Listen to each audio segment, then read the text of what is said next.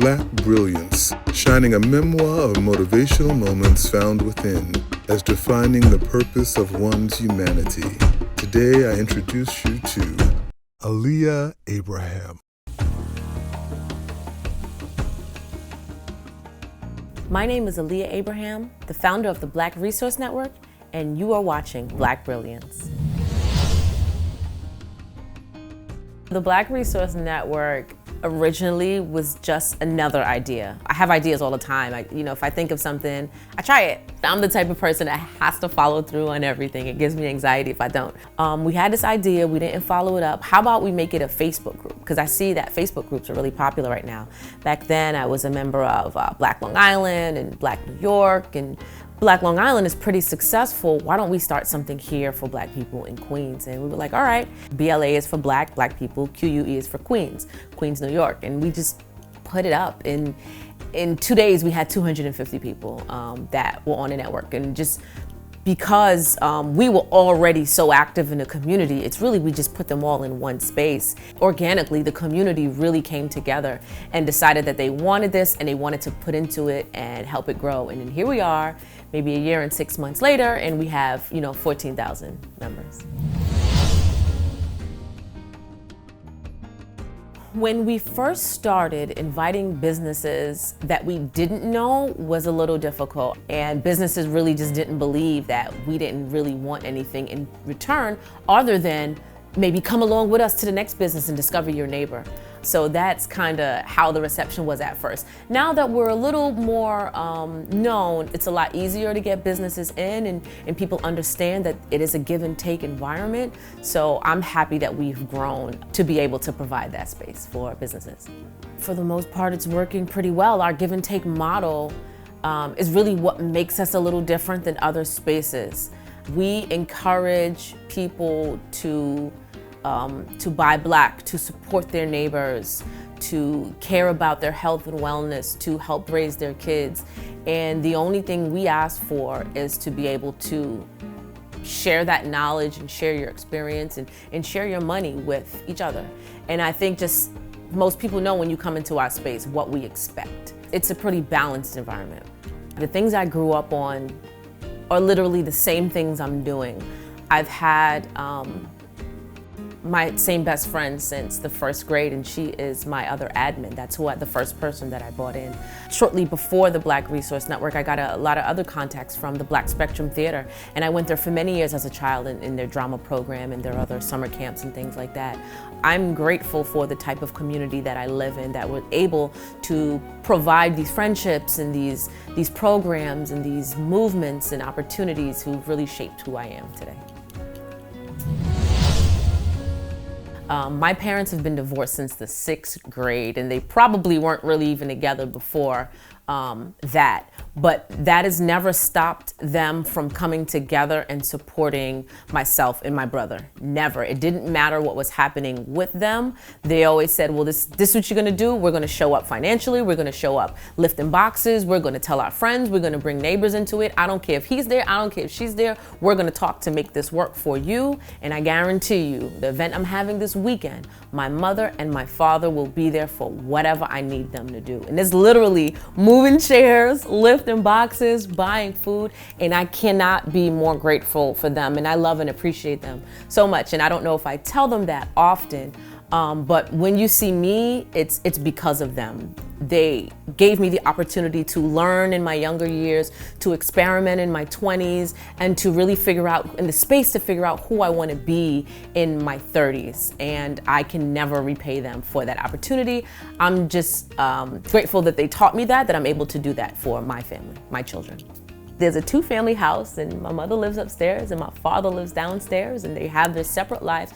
And I know that it's a very unique situation, but 6th grade Aleeia would have never, ever, ever thought that. The advice I can give to children of divorced parents, you can't really take yourself out of it. You feel like it's a battle with yourself because these are 2 people that made you. For a lot of people, it's not always that hard. It gets better, and your parents are just people, and hopefully they can work through it, and they can change and they can grow, and they will still be there for you. So it's not your fault. And time heals and people grow, and your parents are still growing. You never know where life is going to take you and what you're going to learn from situations and how life is going to change. So there's a lot to learn, and there's a lot of change that will happen.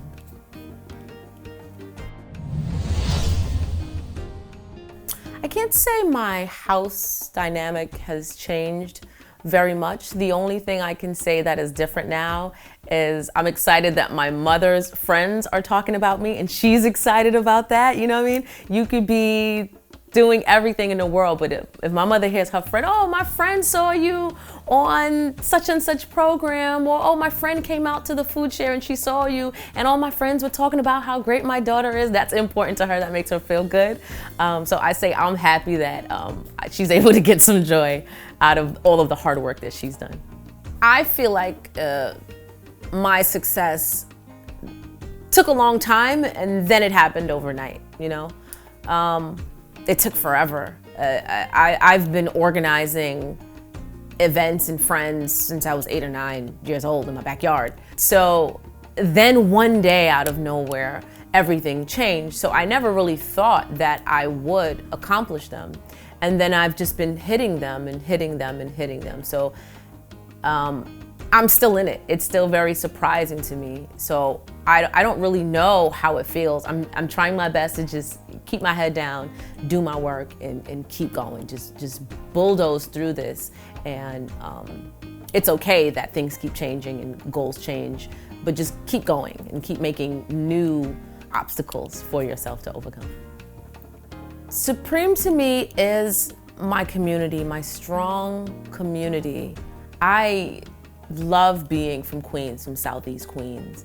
It's very much a part of who I am. I've carried Southeast Queens into all of my projects. I always seem to name my project after my community just because it really has made me who I am. My community has been good to me, so it's only right that I give back. My community is very important to me, so when I hear Supreme, that's the first thing I think of, Southeast Queens.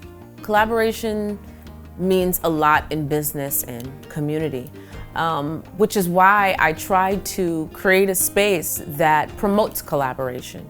I'm going to continue leading what I know is helpful for my community, despite what others might feel about it. And I hope that I can include them and they can find value in this as well.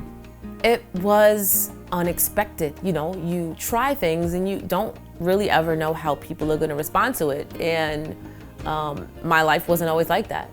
So to actually see that people came out and it was important to them too, really showed a sense of community and a sense of influence, the influence that we have over each other. Because people said to their friends, listen, they're going out, we're gonna walk up and we're just gonna shop.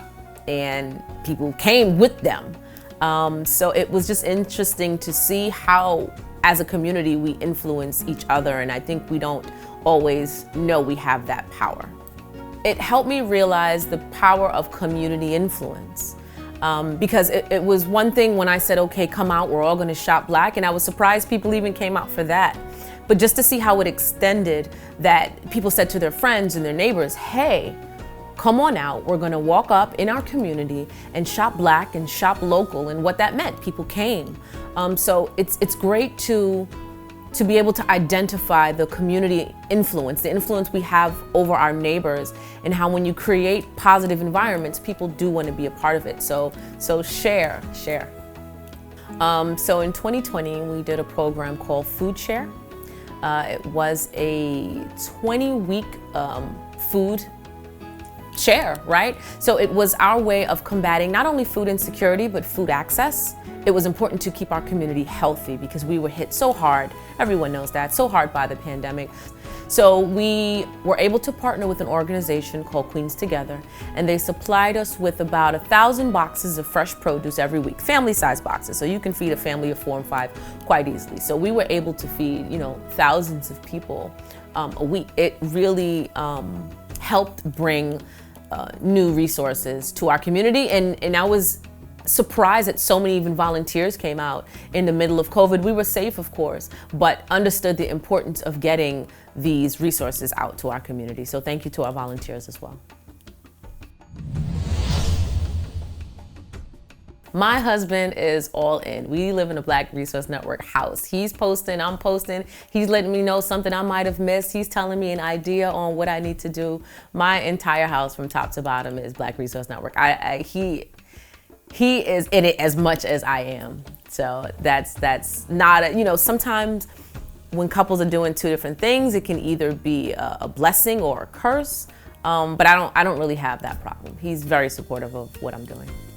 My son is extra BRN. He has a little shirt. He's ready to go. He as well reps BLAQ Resource Network very hard. He doesn't even know what he's saying sometimes when he's just like, oh, granddaddy, did you shop BLAQ? Did you get that from a BLAQ-owned business? He's echoing it. It really lets you see how children learn behaviors. And they're not even sure what they're doing, but this is what you taught them, so this is how they behave. But he checks me sometimes and just like, shouldn't we be going to such and such on Farmers instead of going here? So it's become a part of all of our lives. It's what our family does. It's a family business. I'm most proud of the BLAQ Resource Network like that. I would have never dreamed to be gifted from this world, the task of leading this group. All of the planning and all of the failing and all of the success of everything else I've done, I've taken from that and put into this. And it's kind of like, finally something is moving. I can see progress. Finally, all of those times, all of those tears, all of that money was for this. So this is the thing I am most proud of out of all of my accomplishments, outside of my husband and my child. But of all of my professional accomplishments, I feel like this is my moment, and I can't believe that I'm here. So my self-esteem comes from years of performing. It's a very raw moment going on stage and just giving yourself to everyone. And I was not always good at it. As good as I sang, it was always very hard for me to just reveal myself to an audience. But my beautiful family that I spoke about, they always pushed me to do it because they saw something in me. And it really shaped me. Although I'm no longer a performing artist, I still use a lot of those skills in other areas of my life. I would love to meet Queen Latifah. I really love Queen Latifah. If you're out there, come and meet me. I love everything about her. I love that she's in the arts and she's pivoted to acting, and then she went into business, and then she had a talk show, and she's written things, and she's remained herself, and she's never lost that. At least it doesn't seem that way. So Queen Latifah, that's who I want to meet. So when I think of sheroes, the people that come to me first are women business owners right here in my own community. People like Dawn Kelly, Carrie Edge, Annette Runcie, people who have, quit their secure corporate jobs to take a chance in building their dreams and building Southeast Queens. It is not easy to do that. I've never done it. But I admire people, women, that are able to risk it and really go for what they see for their community and what they see for their family and what they see for themselves. So those are my sheroes. I can encourage people to be as passionate as I am by surrounding yourself with other passionate people. Sunday that just passed, I was invited to sing at the inauguration of Assemblymember Khalil Anderson. He is the youngest Black Assembly member in New York City. And I sang for his inauguration. And I can't say that I didn't enjoy it and kind of missed it. I haven't done that in so long, to be able to express myself like that. To be honored by someone like Kamri is a blessing. And I'm grateful for the work that he's done and his influence over my life over the years that he might not even know about. So it was a wonderful experience. With all that I have become, I'm beginning to realize that my goals are much larger than I thought they were. You can email me, ALEEIAABRAHAM@gmail.com. You can email the BLAQ Resource Network, BLAQResourceNetwork@gmail.com, BLAQUE. You can Google us. You can find us on Instagram. We're everywhere that you are, so come on down and support. Join us next for our conclusion of Aleeia Abraham. My name is Aleeia Abraham, and this is BLAQ Brilliance.